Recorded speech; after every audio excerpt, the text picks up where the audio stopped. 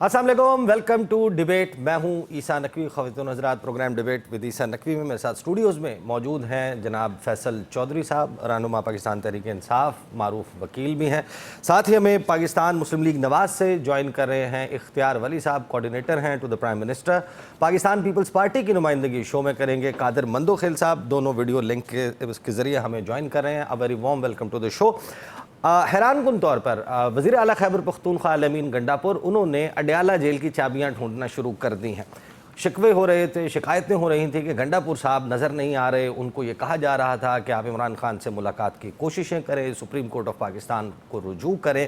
Adiala jail के बाहर पहुँचे और अब गुज़श्ता 2 दिन से अडयाला जेल के बाहर मजमा लगा कर बैठे हैं अली अमीन गंडापुर, लेकिन अभी तक वो जादुई चाबी हासिल करने में नाकाम है जिससे अडयाला जेल का ताला खुले और उनकी मुलाकात हो पाए। लेकिन अहम तरीन सवाल ये है कि गंडापुर साहब ने अचानक ये फायर फाइटिंग करना क्यों शुरू कर दी है, और ये वजाहत देना, ख़ास तौर पर वजाहत सुन लीजिए जिसमें वो ये बता रहे हैं कि सबसे ज़्यादा एफ़र्ट अगर किसी शख्स ने उनके दावे के मुताबिक तहरीक इंसाफ के लिए की है तो वो बजाते खुद अली अमीन गंडापुर हैं। सुनिए।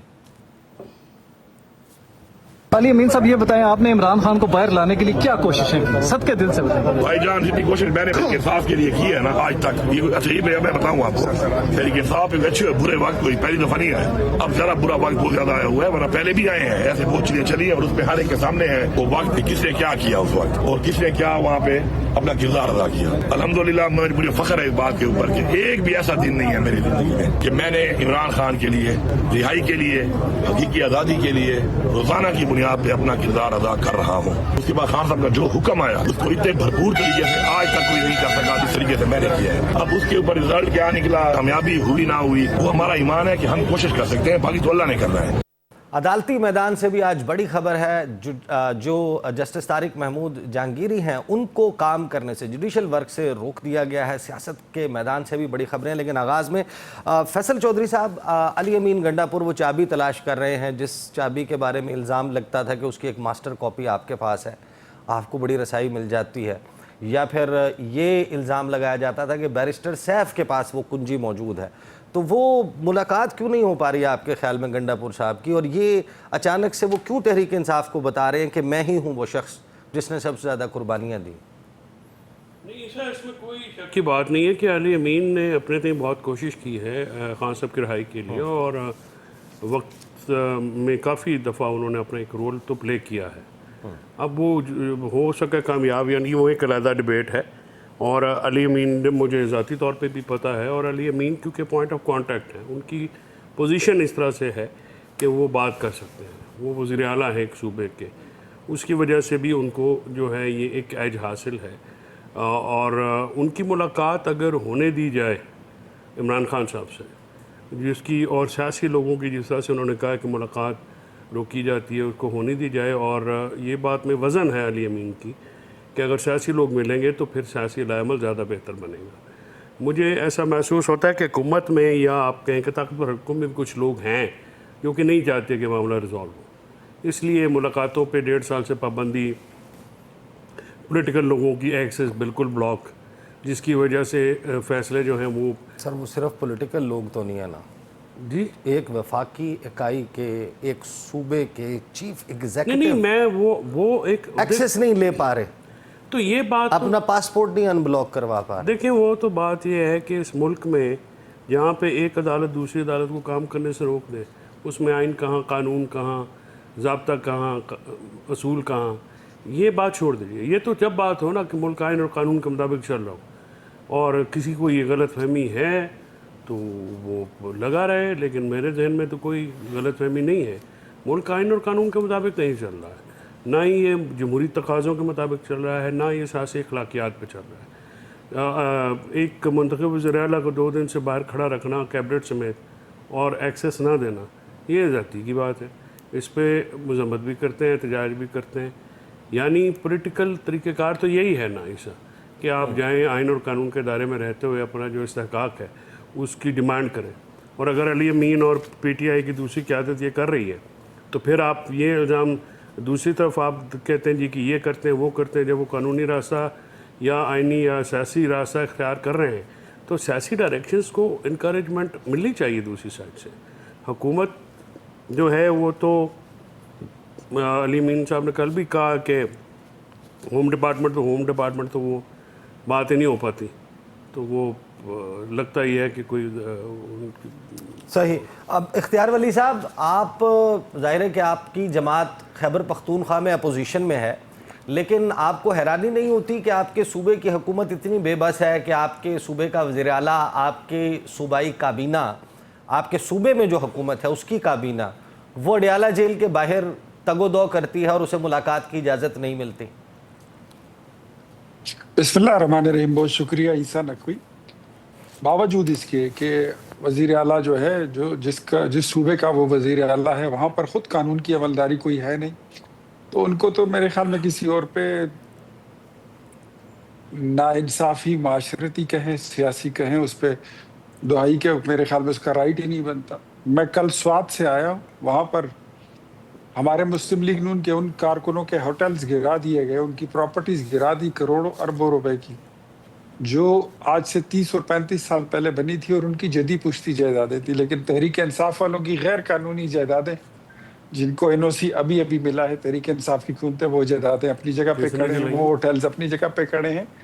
तो जहां पर वो खुद कानून की कितनी अमलदारी करते हैं, वो दूसरे से उतनी ही तवक्को रखें। लेकिन मैं बावजूद इसके इन चीज़ों को सपोर्ट नहीं करता।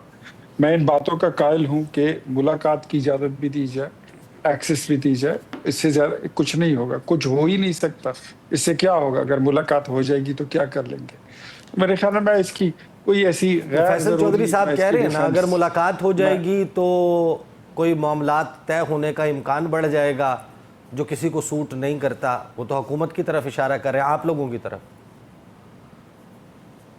नहीं। यार, ये फैसल चौधरी साहब जो है, ये इनका अपना तज्जिया है, ज़रूरी नहीं है कि इनके सारे तज्जिए ठीक हों। मेरा भाई यही है, ऐसी कोई बात नहीं है। दूसरा ये है कि उनके मामलात इनको पता है कि इतने ख़राब हैं कि वो अब एक जगह से ठीक होने वाले थोड़ी हैं।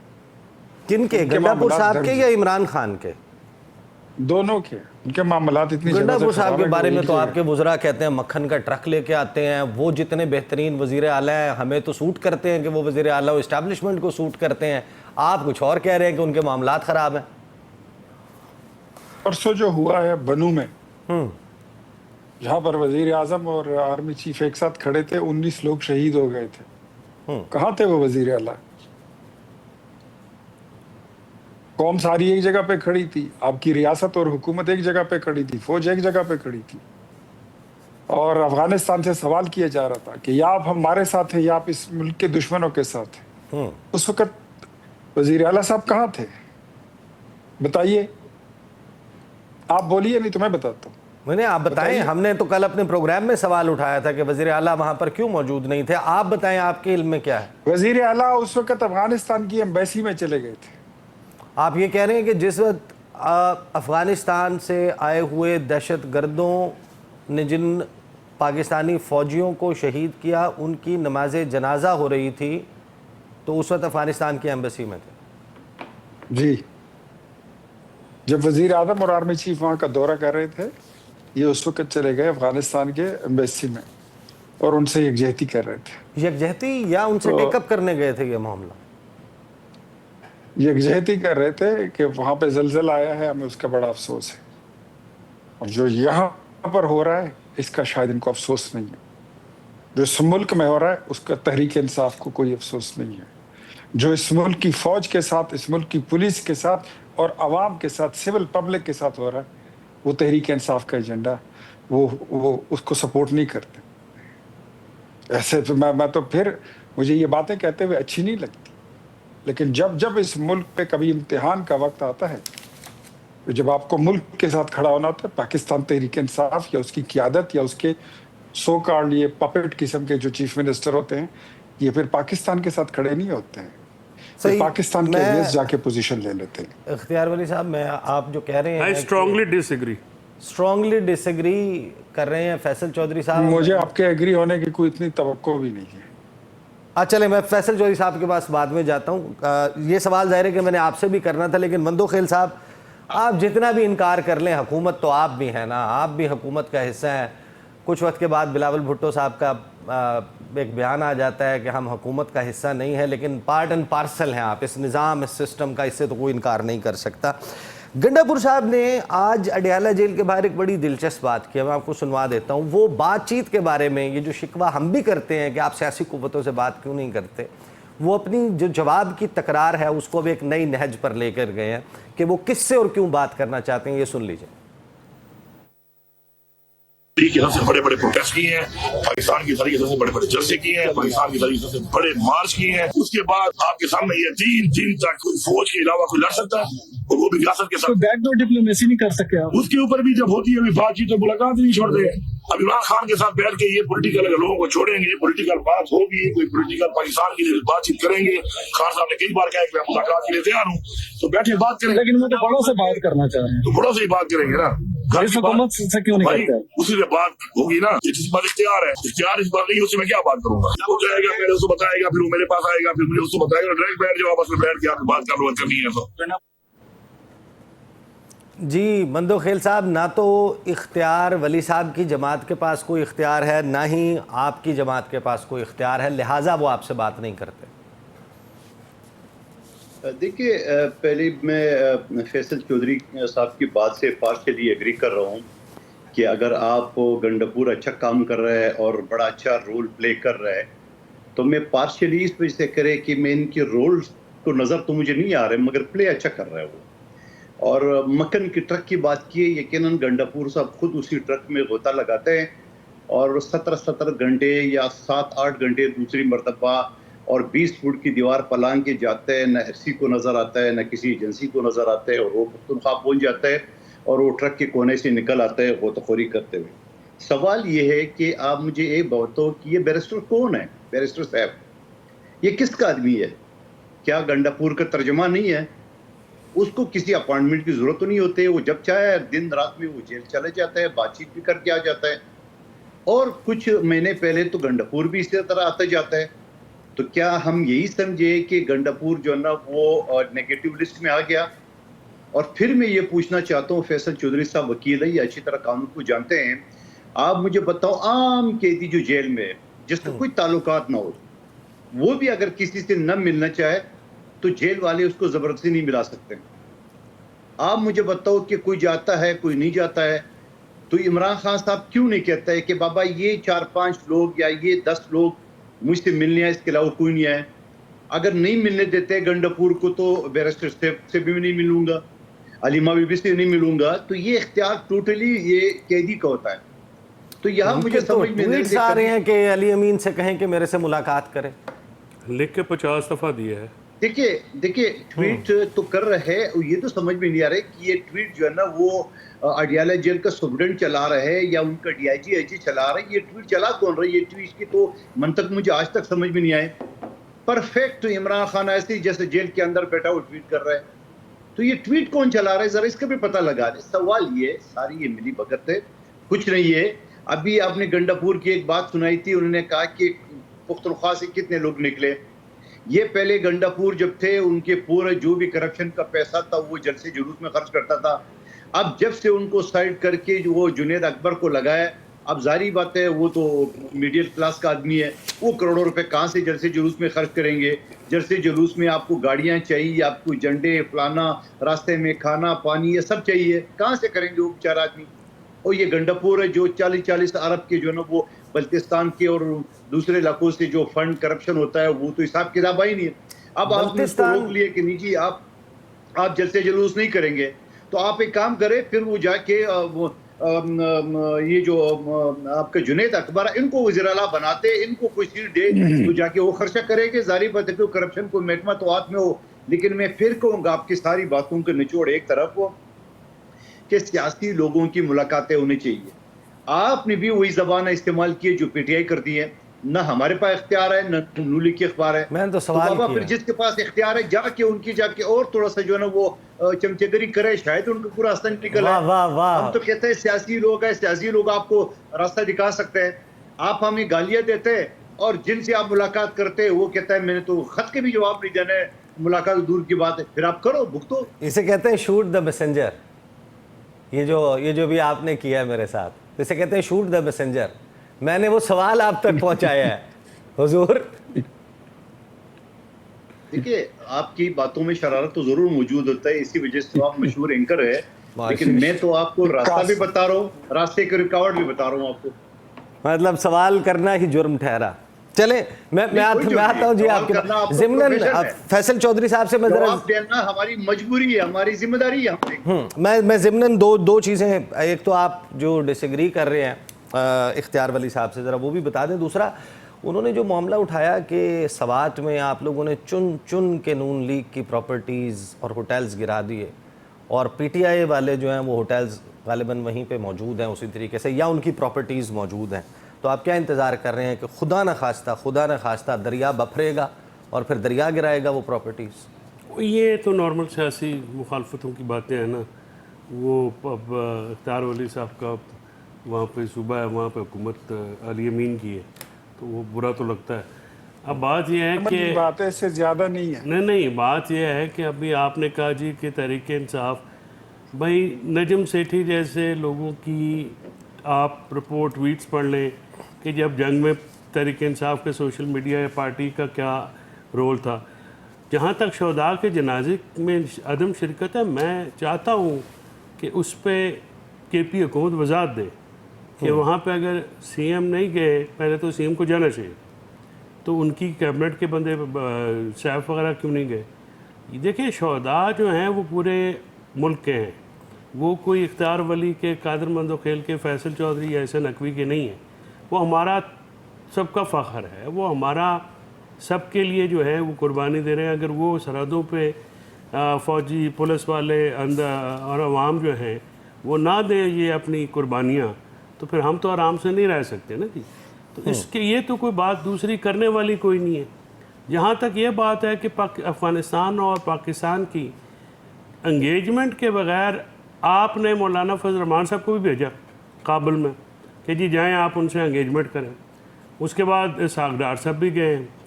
और अगर KP का जो CM है, जो चीफ़ एग्जीक्यूटिव है, वो ये कह रहा है कि हम तालिबान के साथ जो है बैठ के बातचीत करना चाहते हैं, उनको एंगेज करना चाहते हैं, क्योंकि उनके एंगेजमेंट के बगैर TTP का फिनोमेना कंट्रोल नहीं होगा।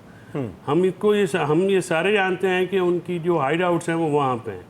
तो लिहाजा ये कोई मामला जो है ये अना का मामला नहीं है, ये तो एक प्रैक्टिकल बात है कि आप अफ़गानिस्तान के साथ, अब ये जो हॉट परसूट की आपने बात की है, या इन्होंने कहा जी कि हमने, उससे आपको फ़ायदा होगा या नुकसान होगा? कोलेटरल डैमेज होता है, वहाँ पे लोग भी आपके ख़िलाफ़ हो जाते हैं। पाकिस्तान जो है गुज़श्ता 40-50 साल से, जब से अफ़गान जहाद शुरू हुआ है, इस प्रॉब्लम से दो चार है। इस प्रॉब्लम का हल जो है वो बातचीत के अलावा तो है कोई नहीं। अब देखें, अगर अमेरिका कतर 20 साल की जंग के बाद भी अमेरिका और वो तालिबान कतर में बैठ सकते हैं, तो फिर आप हमसाए हैं, आपके पास चॉइस भी कोई नहीं जोग्राफिकली उनको बदलने की। हॉट परसूट की आप बात करते हैं, आप हॉट परसूट वहाँ पे करेंगे क्या? अफ़गानिस्तान का इंफ्रास्ट्रक्चर और पाकिस्तान का इंफ्रास्ट्रक्चर देख लें, ज़मीन आसमान का फ़र्क है। क्या हम जो हैं इस तरह करने से हमें कोई फ़ायदा होगा? मेरा नहीं ख्याल कि उसका कोई फ़ायदा होगा। और ये जो बार बार हम उनको आंखें दिखाते हैं अफ़गानिस्तान में कि एक पूरी तारीख़ है, वहाँ पे कौन जंग जीता है। ज़ाहिर है जब आप उनको इन्वॉल्व नहीं करेंगे, एंगेज नहीं करेंगे तालिबान को, TTP को आप नहीं कंट्रोल कर सकते। इसलिए ये बजाय इसके कि पॉइंट स्कोरिंग की जाए, इसको संजीदगी से बैठ के बात करनी चाहिए। और अगर आपका CM जहाँ पे जाके हमारा जो है वो रियासत पाकिस्तान वाली बात करे और उनकी पॉलिसी टोक करे और कहे कि जनाब हम जंग नहीं चाहते, हम बातचीत करना चाहते हैं, आप अपनी सरजमीन को पाकिस्तान के ख़िलाफ़ ना इस्तेमाल, इसमें किसी को क्या एतराज़ हो सकता है? अच्छा, इस पे मुझे मैं ब्रेक से वापस आता हूँ। इख्तियार वली साहब से पूछेंगे कि दरअसल इस वक्त on ground situation Khyber Pakhtunkhwa में क्या है। बात करते हैं after the break.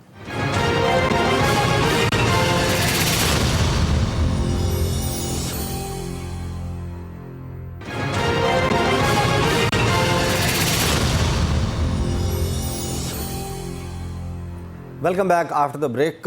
Ikhtiar Wali साहब, अब ये दो मौक़िफ़ हमारे सामने मौजूद हैं। फैसल चौधरी साहब PTI, वो कहते हैं कि मल्टी प्रोंग्ड स्ट्रेटजी हो, लोगों को भी साथ में लाया जाए, अफ़गानिस्तान से भी बात की जाए और साथ में intensified IBOs, intelligence based operations हों, तो हम दहशतगर्दी पे काबू पा सकते हैं।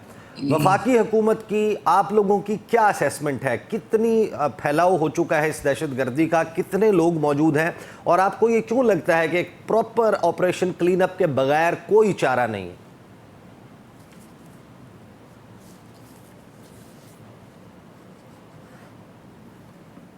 इख्तियार वली साहब। सर आपकी आवाज कट गई थी, अपना क्वेश्चन रिपीट कीजिए। जी, मैं ये कह रहा हूँ कि दो मौक़िफ़ आ गए ना। तहरीक इंसाफ कह रही है कि आपको एक फुल फ्लेजेड ऑपरेशन करने की ज़रूरत नहीं है, इंटेलिजेंस बेस्ड ऑपरेशंस को इंटेंसिफाई करें, अफगानिस्तान की हुकूमत से मामला उठाएं, उनको कहें कि आप अपने यहाँ महफूज पनागाहें ख़त्म करें TTP की, और वो चुन लें, इंतखाब कर लें, पाकिस्तान के साथ हैं या दहशतगर्दों के साथ हैं, साथ में वहाँ के अवाम को भी ऑन बोर्ड रखें, पॉलिटिकल पार्टीज़ को भी ऑन बोर्ड रखें। आपके पास क्या ऐसा डेटा है, थ्रेट असेसमेंट है कि जिससे आपको लगता है कि एक प्रॉपर ऑपरेशन क्लीन अप के बगैर कोई चारा नहीं है? किसने कहा इनको कि वहां पे प्रॉपर ऑपरेशन क्लीन अप हो रहा है या होने जा रहा है? बात तो यही खुद ही चल उड़ा रही है कि रहे हैं। ऑपरेशन हो रहा है और ऑपरेशन के लिए कोई इनकलाब खुद ही भी उड़ा होगा, रहे हैं। इनका IDPs जो भी लीडर बनेंगे। है, इनका जो लीडर है वही उड़ा रहे हैं। कहते हैं कि खैबर पख्तूनख्वा के लोग जो हैं तो वो उठ खड़े हों ऑपरेशन के खिलाफ। ऑपरेशन किधर हो रहा है? काइनेटिक ऑपरेशन, टारगेटेड बेस्ड, एक इंटेलिजेंस बेस्ड टारगेटेड ऑपरेशन अगर कहीं होता है, it can happen in Khyber Pakhtunkhwa, it can be done in Punjab, Balochistan and Sindh, anywhere in Pakistan अगर आपके पास इंटेलिजेंस इंफॉर्मेशन आ जाए। लेकिन there is no combing operation like Zarb Azb, like Raddul Fasaad, like Swat operation, उस तरह की कोई कार्रवाई तो नहीं है। ये तो इमरान खान की ट्वीट जो है वो तो फौज के खिलाफ खैबर पख्तूनख्वा के लोगों में उनको बगावत पर उकसाने की कोशिश कर रहे हैं। दूसरी तरफ वो फौज को बदनाम करने की कोशिश कर रहे हैं। तीसरी तरफ वो बुशरा बीबी के नेगेटिव लिस्ट पर आने के बाद अली अमीन को उसको डैमेज कर रहे हैं। इमरान खान तो एक तीर से तीन शिकार कर रहे हैं और झूठ बोल रहे हैं, झूठ फैला रहे हैं। मुझे बताइए, कोई बंदा, मैं चैलेंज करता हूँ, कोई बता देगा चैलेंज कि ये यहाँ पर खैबर पख्तूनख्वा में कोई ऑपरेशन हो रहा है? नो। एक इंटेलिजेंस बेस्ड कार्रवाई जो है वो हर जगह होती है, वो कहीं पे भी हो सकती है, लेकिन कहीं पे कॉम्बिंग प्रॉपर ऑपरेशन, जिसको आप कहते हैं ना कि IDPs बनेंगे लोग, ये होगा वो होगा, सारे इलाके खाली होंगे, इस तरह का कोई नहीं है। वो तो कबाइली अजला के लोग, आज भी खैबर के लोग अपनी जगह पर खड़े हुए, पॉलिसी आज स्टेटमेंट भी औरंगज़ई में इस तरह की नहीं है। आज भी एक वजीरिस्तान में कहीं पे कार्रवाई हो रही है, दूसरे वजीरिस्तान में अमन है। तो फिर इसको मुझे उलझाने के बताइए, बजाय ये बात तो आपको प्रॉपर, ये फैसल चौधरी साहब भी लुकमा दे रहे हैं, वो कह रहे हैं कि फिर आप इस पे पॉलिसी स्टेटमेंट जारी करें। ये जो इस वक्त एक बहुत बड़ा होक्स बना हुआ है कि पूरे खैबर पख्तूनख्वा में को बहुत बड़ा ऐसे ऑपरेशंस होने जा रहे हैं जिसमें IDPs भी बनेंगे, लोगों को उनके इलाके शायद छोड़ना पड़ेंगे, खुदा न खास्ता एक बहुत बड़ा डिजास्टर। इस पर ईसा पॉलिसी स्टेटमेंट इस पे कई बार आ चुकी है, मैंने खुद भी कहा है। इसकी तो पाक फौज ने भी वजाहत की है, DGI SPR ने की है। लेकिन ये जो शरपसंद अनासिर हैं, ये जो सियासी जमात का लिबादा ओढ़कर बात करते हैं, ये हालांकि अंदर से ये मिले हुए हैं उन्हीं के साथ। ये लोग खुद से ड्रामे बनाते हैं, ये लोग खुद से बातें करते हैं कि ये हो रहा है वो हो रहा है, झूठी बातें, झूठे प्रोपेगेंडा की इनकी मशीन तो बड़ी तेज है। It is just a propaganda, nothing else. नहीं, इसका मैं ये मतलब दावे के अख्तार साथ वली साहब ये कह रहे हैं कि वहाँ पे कोई कार्रवाई नहीं कर रही हुकूमत। जी, क्या मेरी बात की आपको समझ नहीं है? के खिलाफ पॉलिसी मैंने क्या कोई फिर फारसी आपकी? बोली है, फिर आपने मैंने कोई ड्रोन फ्रेंच हमले में जो है बात वहाँ की पे है, मैंने क्यों कोई हो रहे जर्मन हैं? लैंग्वेज वहाँ में पे बात की कोलेटरल डैमेज क्यों हो रहा है? देखिए ना, वहाँ पे हमारे कितने जवान और ऑफिसर शहीद हुए पिछले एक हफ्ते के अंदर। देखिए ना, 19 तो एक दिन में शहीद हुए। फिर डेली जो वहाँ पे तादाद है, वहाँ पे आर्मी चीफ और वज़ीर आज़म को जाना पड़ा है। आप इसे सेंसिटिविटी का अंदाज़ा लगा लेना या ग्रेविटी का अंदाज़ा लगा लें। देखिए ये जो तो KP अगर में खतरा इतना खतरा है, आप मुझे ये बताएं कि इख्तियार साहब खुद उस इलाके से ताल्लुक़ रखते हैं। ये कंप्लीट कर लें। इख्तियार साहब एकदम 40 साल से जो बच्चों के साथ, पख्तून बच्चों के साथ हो रहा है, वहाँ पे पुलिस के साथ हो रहा है या हमारी फ़ौज के साथ जो वहाँ पे हो रहा है, और ख़ासकर पिछले कुछ जो सालों में, पिछले एक डेकेड से, क्या हम उससे इनकार कर सकते हैं? और इसका हल जो है सियासी हल नहीं है कि इसका अस्करी हल आप कैसे तलाश करेंगे? यानी आप कोई बात जो है उसकी रैशनल होती है ना। अस्करी हल, आप जो इंटेलिजेंस बेस्ड कार्रवाइयाँ हैं वो और चीज़ होती है। ऑपरेशन जो फुल फ्लैज ऑपरेशन अगर वहाँ पे नहीं किया जा रहा है तो फिर मुझे ये बताइए कि वहाँ पे फिर दहशतगर्दी के खिलाफ वफाकी हुकूमत क्या कार्रवाइयाँ कर रही है? ये बात तो हमारा जानना हक है ना कि आप हमें ये तो बताएं ना कि वहाँ पे हो क्या रहा है, वहाँ पे फिर इतनी हलाकतें क्यों हो रही हैं? आपको बताने के लिए ही तो बुलाया था कि शुहदा के जनाजे में शिरकत करें, आ जाए वहां पे आपके साथ डिस्कशन करते हैं, लेकिन आप चले गए उन लोगों नहीं के सर, वो साथ तो खड़े हो एपेक्स गए, कमेटी में जिन्होंने बिल्कुल कहा वहाँ पे कि जाना नहीं चाहिए सर, था, क्या उसमें बात है? दूसरी बात देखें, नहीं, फैसल इसको चौधरी दो is चीज़ें honorable मिक्स ना जनरल करें। पाकिस्तान एक है तहरीक-ए-इंसाफ। अफगानिस्तान का फिर आप इशू, सुनिए, टेररिज्म का इशू, फिर आप सुनिए, एक शौदा वाला आप तो इशू है, ये terrorism- दोनों इश्यूज को आप डिफरेंट जमात- रखें, आप तभी बेहतर होगा। आप जिन लोगों को डिफेंड कर रहे हैं वो टेररिस्ट के साथ खड़े हैं, ये आपको शायद पता नहीं है, मैं आपको बता रहा हूँ। आप मसला टेररिस्ट को डिफेंड करने वालों के साथ खड़े हैं। नहीं, मसला आपकी जमात उनके साथ टेररिज्म खड़ी। को कौन डिफेंड आपका करता है? वजीर आला आपका वजीर आला कह भाई रहा है, ये कहना कि हम लोगों ने इसका वोट किया है। सियासी हल निकालें, ये आपने डिफेंड वोट करने किया वाली है। बात है? क्या या आप ये सियासी कहें हल कि क्या हम जी निकाला है? इसको अस्करी हल क्या नहीं सियासी हल होगा, निकाला है? उसका कौन नुकसान सा होगा सियासी हल सूबे को, निकाला है? तो क्या ये डिफेंड करने दफ्तर वाली देने बात हैं। है या ये अकल की बात आपने है? अगर ठीक है, आप अगर दफ्तर देना चाहते हैं तो दे दे।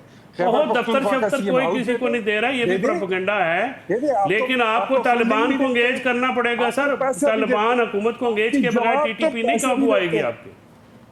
ये एक स्टेटेड पोजीशन है आज की नहीं, मुशर्रफ दौर से इमरान खान साहब की एक स्टेटेड पोजीशन है। इमरान खान क्या और उसकी पोजीशन क्या हमने पता नहीं है, वो तो उनको दफ्तर बना के दे रहे थे और फिर दोबारा उनको वो आबाद सर किया उधर था। दफ्तर को आप तो जिन्होंने बना के देने होते हैं उनके अलावा कोई आप बना लोग के दे तो- सकता है। वहाँ पे आपको भी पता है, यहाँ हमें भी पता है। ये अफगान जहाज आपने शुरू किया था, हमने शुरू किया था। कभी वो जहादी बन जाते हैं, कभी वो तालिबान बन जाते हैं, कभी वो खारिज बन जाते हैं। एक पॉलिसी एक स्टेट पॉलिसी तो होती है ना, पता तो लगे ना कि स्टेट की पॉलिसी क्या है। हर 4 साल बाद 5 साल बाद आप बदल जाते हैं। इस तरह से थोड़ी मामला हल होते हैं। लोग बच्चे मरी जा रहे हैं। हाँ करें, आप ही मार रहे हैं, आप इंपोर्ट करके लाते हैं उनको, आप इंपोर्ट करके नहीं लाए। कोई ऐसा वाकया नहीं हुआ। प्लीज आपकी कंफ्यूजन है पॉलिसी में। आप सिर्फ सियासी पॉइंट स्कोरिंग तो मेहरबानी करिए, वो इशू नहीं है सियासी पॉइंट स्कोरिंग वाला।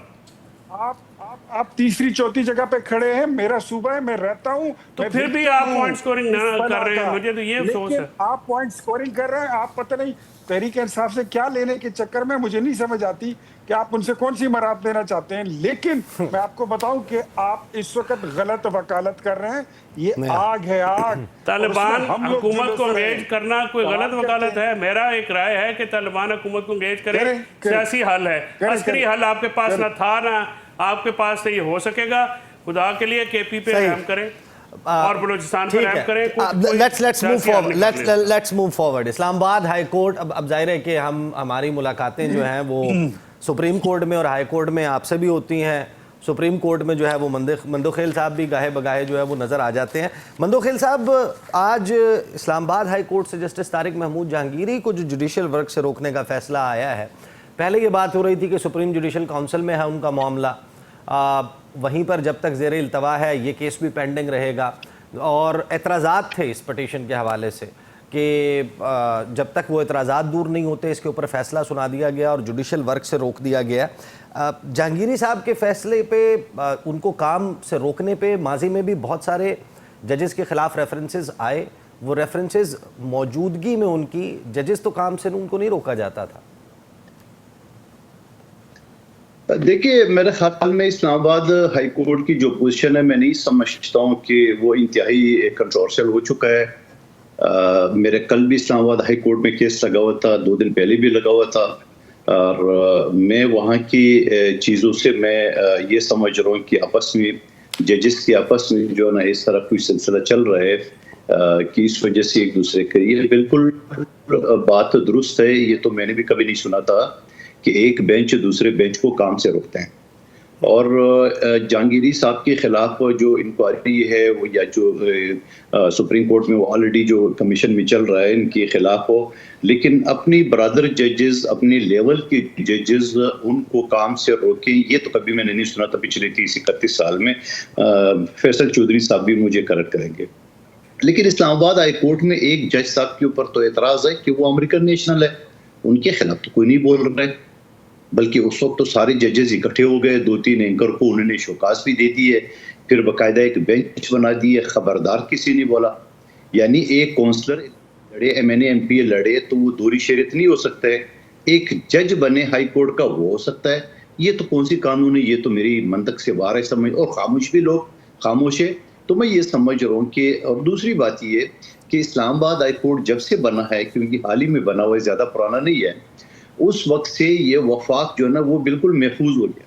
इससे पहले चौधरी साहब को पता है कि आप वफाक के खिलाफ वो सिंध में भी केस कर सकते थे, Lahore high court, Peshawar high court, Quetta high court में कर सकते थे, मगर अब फिर आप इस्लामाबाद हाई कोर्ट में करेंगे और वहाँ सूरत जो है वो आपके सामने। तो मैं ये समझ रहा हूँ कि और फिर आप सुप्रीम कोर्ट के 2 जजेस साहिबान देख लें, बल्कि अब तो 4 हो गए, तकरीबात से खिताब करते हैं, खतूत लिखे। ये खतूत वाला सिलसिला तो हमने कभी नहीं सुना था।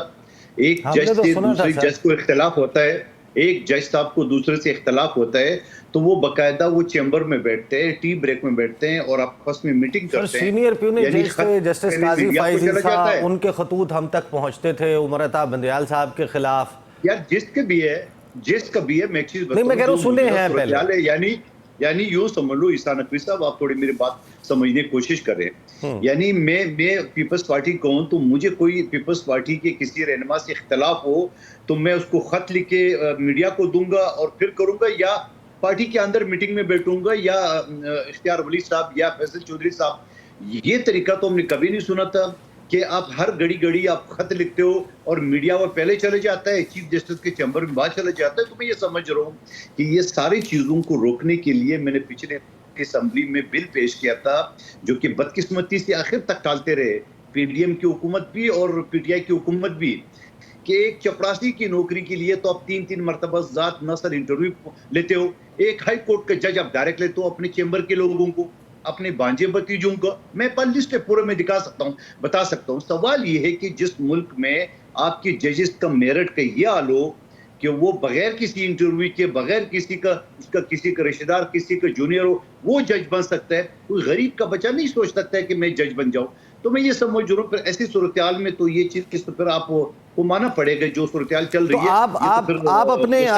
आप अपने तरीक़ाकार के तहत बजाय इसके कि ये प्रेस कॉन्फ्रेंसेज में, टॉक शोज में हो, सदारती रेफरेंस भेजें। अगर आपको पता है कि एक डिग्री जाली है, किसी के आपके पास ट्रैवल डॉक्यूमेंट्स हैं, किसी के ज़मीन के मामलात निकल आए हैं, सवाल तो इसलिए उठ रहे हैं कि इसको दूसरे तरीके से डील करने के बजाय फिर सदारती रेफरेंस आए और फिर वो सुप्रीम जुडिशल काउंसिल में हो जाए डिस्कस। नहीं, देखो सदारती रेफरेंस इस तरह नहीं आता है।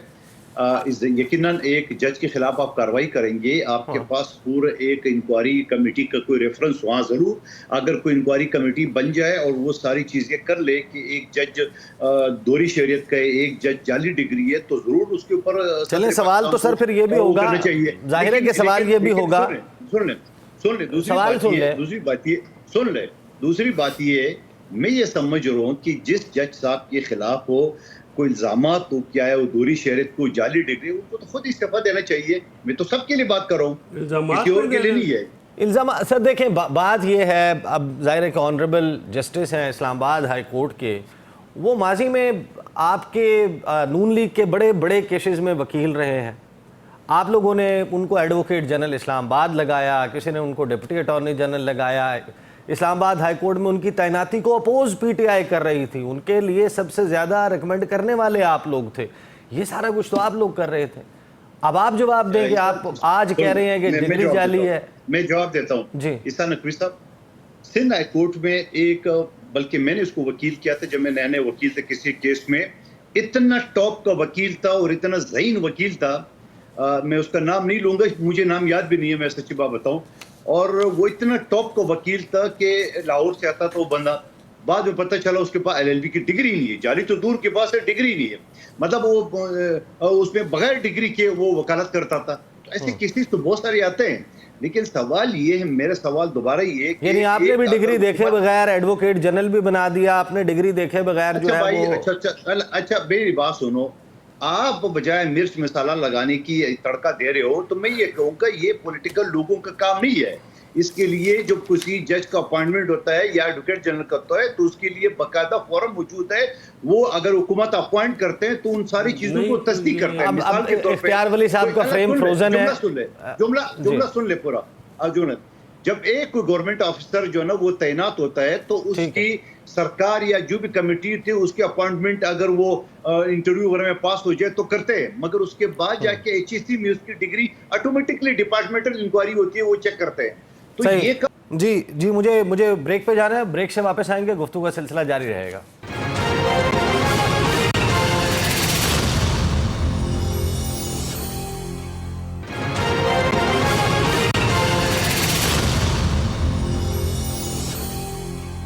Welcome back after the break. Ikhtiar Wali साहब हाथ उठा रहे हैं। इख्तियार वली साहब बताएं, ज़ाहिर तनकीद तो ये हो रही है कि जस्टिस तारिक जहांगीरी साहब ने जब तक आपके इस्लामाबाद के MNA से फॉर्म 45 ओरिजिनल नहीं मांगा था, जब तक उनको ये नहीं कहा था कि अगर ये बयान हल्फी आपका झूठा निकला या आपका एविडेंस झूठा निकला तो आपको मैं जेल भिजवा दूंगा, उस वक्त तक तो उनकी डिग्री जाली नहीं। आप दोनों में वकील थे, मैं आपके पास बाद में आता हूं। जी इख्तियार वली साहब, अगर आप उसके साथ लिंक करना चाहते हैं तो ये आपकी मर्जी है। नहीं मैं तो अगर पूछ कोई रहा हूँ इस पे कि मजीद उससे अपनी पहले तरफ से अगर कोई जाली डिग्री कोशिश- निकलती तो क्या ही बात होती। जब आप उनको एडवोकेट तो मुझे जनरल ये बना रहे बताइए- थे क्या ही बात मुझे होती। ये बताइए- जब शाहिद मुझे ये खाकान अब्बासी बताइए- अपना केस उनको सौंप रहे मैं अब थे। इसके साथ मैं इसको लिंक करता हूं उस बात के साथ कि floor of the house aviation का मिनिस्टर जब ऐलान कर रहा था कि हमारे पायलटों के पास डिग्रियां जाली हैं और हमारे जहाज उड़ने के लायक नहीं है, तो ये बताइए कि उससे पहले कहाँ और किस के साथ डील हो गई थी? क्या आप बता सकते हैं? या किसी के साथ डील करने के बाद ये बयान दिया गया था कि अपने पायलटों को फारिग करा वो दिया आजकल गया आप ही के साथ है, पूछ लें। ओ यार, मेरी बात सुनो फैसल, IPP अपनी में। बारी पे बात, गुलाम सरवर खान अपनी उस पे बात। उस वक्त वो आपकी आंखों का तारा था और आपने उसको मिनिस्ट्रियां दी थी और बड़ा इसको गोद लिया हुआ था, रोज उसकी पपियां लिया करते थे, रोज उससे प्यार किया करते थे। अब वो आपको फिर लात आपने मार के गोद चला में गया क्यों ना। ले लिया सर? आपने उनके खिलाफ कैंडिडेट ही नहीं खड़ा किया। हम तो फैसल चौधरी को भी गोद ले लेंगे, हमारा तो काम ही है गोद लेना। ये क्या बात? नहीं, बात ये नहीं है, हमारी बात गोद ये बड़ी है कि है। इख्तियार भाई क्योंकि बात ऐसी है, बात कानूनी ऐसी आदमी है नहीं कि है। जरा मुझे बोलने अच्छा चले बोलने। और कंप्लीट हर कर लें। गलत वाक्य को गलत वाक्य आप वकील हैं, आप वकील हैं उन केसेस में। आपके माजी में गलत तजर्बात और गलत मूवमेंट के अलावा और कुछ है नहीं? जो आपका पौने 4 साल की हुकूमत है उसमें आपने कोई ठीक काम किया हो तो कहाँ मतलब आपके पूछे। 40 साल की बर्बादी, आज अगर कहाँ आप हमारे किसी 4 साल की चीज- तरक्की? कोई मैच है कोई? हमारी अगर 40 साल की बर्बादी है उसमें आपका भी पूरा हिस्सा है। आप उस वक्त पीपल्स पार्टी में भी थे, मुशर्रफ के साथ भी थे, और जब बड़ी हम लंबे पीपल्स पार्टी में थे, तो पीपल्स पार्टी साहिब ईमान थी, अब तो हर किसी के साथ बैठ जाती है जाके। ठीक है ना। वो उस वक्त आप जिसके हम तो साथ होते हैं बीबी वो की साहिब पीपल्स पार्टी ईमान में होता थे। है। आप अब छोड़ फैसल देते चौधरी तो साहब फिर 2 वो नाली बेईमान हो बंदूक जाते। से हमला कर रहे हैं, एक पीपल्स पार्टी पे, एक इस नून लीग बंदे पे। का नहीं, सुने आप अपने अब मैं उस इत्तेहादियों को दिन के दबाते इंतजार क्यों? में आप होऊंगा। उन्हीं के कादर मंदों सुन के खिलाफ लीजिए। तो आपकी हुकूमत चल सकती है। आप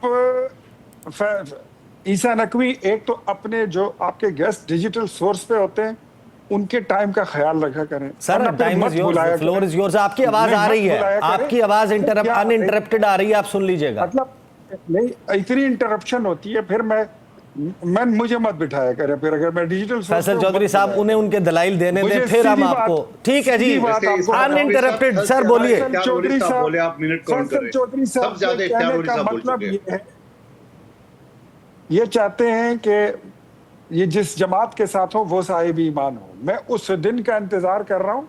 ये कहते हैं ना कि वो उस वक्त पीपल्स पार्टी साहिब ईमान थी, अब नहीं है। फैसल चौधरी साहब, मैं उस दिन का इंतजार कर रहा हूँ जब आप और आपके भाई दोनों, फैसल और फवाद दोनों, जब इमरान खान को बेईमान कहेंगे। और वो दिन भी ज्यादा दूर नहीं, चले आप वो इंतजार दिन करते दूर नहीं, रहिएगा। वो आने वाला जो है। शख्स है वो ही भी नहीं आना उसको है। कभी भी नहीं फिर आप कहेंगे। छोड़ देंगे ना, वो आप छोड़ देंगे चले ना ये उस आपकी पार्टी को, ख्वाहिश फिर आप है, उसको भी उसको बेईमान छोड़े पड़े। कहेंगे। आप वापस मौजू पे आए और मैं बताता हूँ आपको असल में इशू क्या है। इशू ये है कि आपने तारिक बताया जहांगीरी जो है, आप अपनी बारी पे, अरे यार अभी आपकी बारी खत्म ही नहीं हुई, बात भी करें। आप बात करें, आप बात अब मेरी सुन लें। मैं आपका वक्त ले रहा हूँ, मैं आपका वक्त ले रहा हूँ, मैं आपका वक्त ले रहा मेरा हूँ। मेरा वक्त तो आजादी में ले ले। इस वक्त ये मेरी जमात का और मेरी हुकूमत का वक्त है। इशू मुझे ये है ये मैं आपको नहीं कि दे ये जो सकता। आज आप सुने मामला अभी। हुआ है, सब एक सेकंड उनका जवाब सुन लेने जी। तारिक जहांगीरी साहब की डिग्री अगर ठीक है, इसको इसी तरह ले, let's make it this way, very easier. अगर उनकी डिग्री ठीक है तो ठीक होगी। नहीं, ये और अगर तरीक़ेकार जाली नहीं है ना। तो मेरे ख्याल में बात उसकी वो जो जाली होगी, अगर जो जमशेद दस्ती की डिग्री जाली निकलती है और उसके रिवर्स निज़ाम तालीम का सारा हमने कट्टा चट्टा देख लिया, तो जस्टिस जहांगीरी की अगर ठीक है तो ठीक होगी, जज राय को अगर गलत हुई तो मेरे ख्याल में उनको इस कुर्सी पर, इस मसनद पर बैठने का कोई हक भी नहीं है। और जितना अरसा उन्होंने गुजारा है वो फैसले उस पर भी नजरसानी होनी चाहिए, और जो मराहत अभी तक वो ले चुके हैं सर उसका भी हिस्सा। बिल्कुल ठीक है। हमारे लिए ये दोनों सवाल बहुत अहम है। ये सवाल भी कि एक ऑनरेबल जज of the Islamabad high court, क्या उनकी डिग्री असली है या नहीं है, और हमारे लिए ये सवाल भी बहुत अहम है जो उन ऑनरेबल जस्टिस साहब ने उठाया था कि आपका फॉर्म 45 असली है या नहीं। दोनों सवाल बड़े क्या अच्छा हुआ सर, था? बात यह है कि अगर किसी जज की क्वालिफिकेशंस के ऊपर कोई भी या जज से मुतालिक उससे कोई शिकायत आती है तो उसका आर्टिकल 209 में एक तरीक़ाकार दिया गया है। आर्टिकल 209 में सुप्रीम जुडिशल काउंसिल में शिकायत जाती है, हर मेंबर उसका जायज़ा लेता है, उसमें दस्तावेजी सबूत होते हैं और वो सबूत देख के फिर कार्रवाई करने या ना करने का फ़ैसला किया जाता है। ये है आइन के तहत तरीक़ेकार। एक जज के ख़िलाफ़ अगर किसी को शिकायत हो, और ये शिकायतें माजी में भी आती रही, इफ्तिखार चौधरी और काजी के केसेस में ये फ़ैसले हो चुके कि क्योंकि एक हाई जो आला अदलिया है वो उसका हर जज हाई कोर्ट होता है, हर जज सुप्रीम कोर्ट होता है। एक हाई कोर्ट दूसरे हाई कोर्ट को काम करने से नहीं रोक सकती, ये अनप्रेसिडेंटेड है। और ये सुप्रीम कोर्ट ने एक नहीं बेशुमार जो है फैसलों में ये लिख दिया है कि आप जजेस को काम से नहीं रोक सकते, एक जुडिशल वर्क से नहीं रोका जा सकता। मातहत अदलिया के जज नहीं है, वो हाई कोर्ट है। और जो आज जो कार्रवाई मैंने सुनी है, जो मैं वहाँ पे बावजूद नहीं था, कि वहाँ पे तो आज एतराज़ पे समाअत होनी थी और वहाँ पे ये कहा गया कि जब तक वो सुप्रीम जुडिशल काउंसिल से फैसला नहीं होता इसको पेंडिंग रखिए। उसके बाद में खबर आएगी कि काम से रोका गया है। वकील साहब जो मुस्तगीस हैं वो ख़ुद भी नहीं आए, वो वहाँ पे नहीं थे। तो ये जिस तरह से आइन और कानून की धज्जियाँ भी खेली जा रही हैं, देखिए इससे क्या होता है, इसे गलत प्रेसिडेंट सेट होगी। गलत प्रेसिडेंट ये होगी कि 3 जज मिल के चौथे को काम नहीं करने देंगे, 2 जज मिल के 1 को काम नहीं करने देंगे। इस तरह अगर आपने पटिशनों पे जजेस को काम से रोकना है तो फिर तो आपका आर्टिकल 209 जो है वो वायलेट हो गया। और आर्टिकल 209 में भी जो सुप्रीम जुडिशल काउंसिल के एग्जेक्टिव इख्तियारात हैं, जुडिशल इख्तियारात उनके नहीं हैं, वो किसी को जज को काम से नहीं रोक सकते, ठीक है। और जो आज जिस तरह से ये कार्रवाई एक जज साहब के ख़िलाफ़ हुई है, उसकी जो तरीक़ेकार है वो बहुत ही काबिल एतराज़ बात है। जज सारे वकला वहाँ पे थे, वकला के सामने कुछ और बात की गई है, तो ये तो बात बड़ी मैं समझता हूँ बतौर वकील जो है ये मेरे लिए खैर अलार्मिंग है कि अब इस उम्र में मसला ये है कि हम तो कोई और काम कर भी नहीं सकते, और जो अदालतों का हाल हो गया वहाँ पे काम हो नहीं रहा, और वहाँ पे जो सिलसिले चल पड़े हैं, ये इदारे जो अदालती एक इदारा होता था किसी दौर में, 26वीं आईनी तरमीम के बाद तो बिल्कुल तबाह हो गया। 18वीं तरमीम पे अभी मेरे भाई कादर मंदोखेल ने बड़ा एतराज़ किया अपॉइंटमेंट पे। 18वीं तरमीम में 175 और 26वें आइन की तरमीम में 175A को किसने अपना छेड़खानी किसने की है? अपॉइंटमेंट्स पहले आप उनके अपॉइंटमेंट्स उठा लें, ये 18वीं तरमीम और इससे पहले और 26वीं तरमीम बतौर बिलखसूस, उसके बाद आपको ये पता लग जाएगा कि पहली अपॉइंटमेंट्स कैसी थी और अब कैसी अपॉइंटमेंट आ रही है। ये बात बिल्कुल दुरुस्त है कादिर साहब की कि आपको जो अगर जज बनना है तो उसके फिर तरीक़ेकार कुछ और हैं इस मुल्क में, और बाकी दुनिया में ऐसा नहीं है। मंदोखेल साहब, आप लोगों ने बड़े सुहाने ख्वाब दिखाए थे, तकरीरें हो रही थी, हुकूमत कह रही थी कि 26वीं आईनी तरमीम पाकिस्तान की अदलिया को राह रास्त पे लाने के लिए, आवाम के केसेस जो हैं वो डील होना शुरू हो जाएंगे, सियासी केसेस में उलझे हुए होते हैं। यहाँ अभी तक जजेस के लड़ाई नहीं ख़त्म हो रही है, अभी तक रुक्केबाजी भी चल रही है, सब कुछ उसी तरीके से है, और ये जो बेंचेस का इस तरह होना है, तो वो 27वीं आईनी तरमीम की जो शुनीद है उसमें ये मामलात एड्रेस होंगे। देखिए, ये तो मुझे नहीं पता कि 27वीं तरमीम में क्या होगा और क्या लाए जा रहा है या नहीं है, लेकिन मैं दोबारा वही सवाल उठाऊंगा कि जब आपकी जजेस की अपॉइंटमेंट जो है ना वो शफाफ तरीके से नहीं हो, तो अशर तो यही होगा। अब मोहतरम जो 18वीं तरमीम की बात कर रहे हैं, ज़रा ये भी तो तारीख उठा के देख ले कि 18वीं तरमीम में इफ्तिखार चौधरी ने हुकूमत को धमकी दी थी। मैं धमकी का लफ्ज़ इस्तेमाल कर रहा हूँ, मुझे कोई बुला ले मैं साबित भी कर लूँगा। धमकी दी थी कि ये जजेस का अपॉइंटमेंट आप हमारे हाथ में दें, नहीं तो पूरा का पूरा 18वीं तरमीम उड़ा दूंगा। जबकि असम्बली रूल के मुताबिक कोई भी असम्बली के फैसले को कोई अदालत उसको जो छेड़ नहीं सकता है। तो जारी बात है यही हुआ। फिर मेरी कमेटी का पिछले असम्बली में मेरे कमेटी ने जो इकामात दिए है वो इस्लामाबाद हाई कोर्ट के एक सिंगल जज ने उड़ा दिया है और अभी उसका अपील चल रहा है जिसके लिए मैं इस्लामाबाद गया। तो मैं ये समझ रहा हूँ इस मुल्क में कोई भी चीज़ इम्पॉसिबल कोई नहीं है, कोई इम्पॉसिबल नहीं है। अभी जो हम चीज़ें सुन रहे हैं हो सकता है कल उससे ज़्यादा बयानत सुनेंगे, लेकिन सवाल ये है कि इन सारी चीज़ों का बुनियाद तो वही है। जब आपका मेरिट का जो ना वो गला घोटा जाएगा, तो फिर जब मेरिट का गला घोटा जाएगा, चाचे मामे बांजे भतीजे और चैम्बर के लोग आएंगे तो आशर तो फिर ये होगा। सही, ठीक है। वक्त जो है वो ख़त्म हो गया। बहुत शुक्रिया कादिर मंदोखेल साहब, इख्तियार वली साहब और फैसल चौधरी साहब हमारे साथ मौजूद थे। अब तक के लिए इतना ही, इजाज़त दीजिए। अल्लाह हाफ़िज़।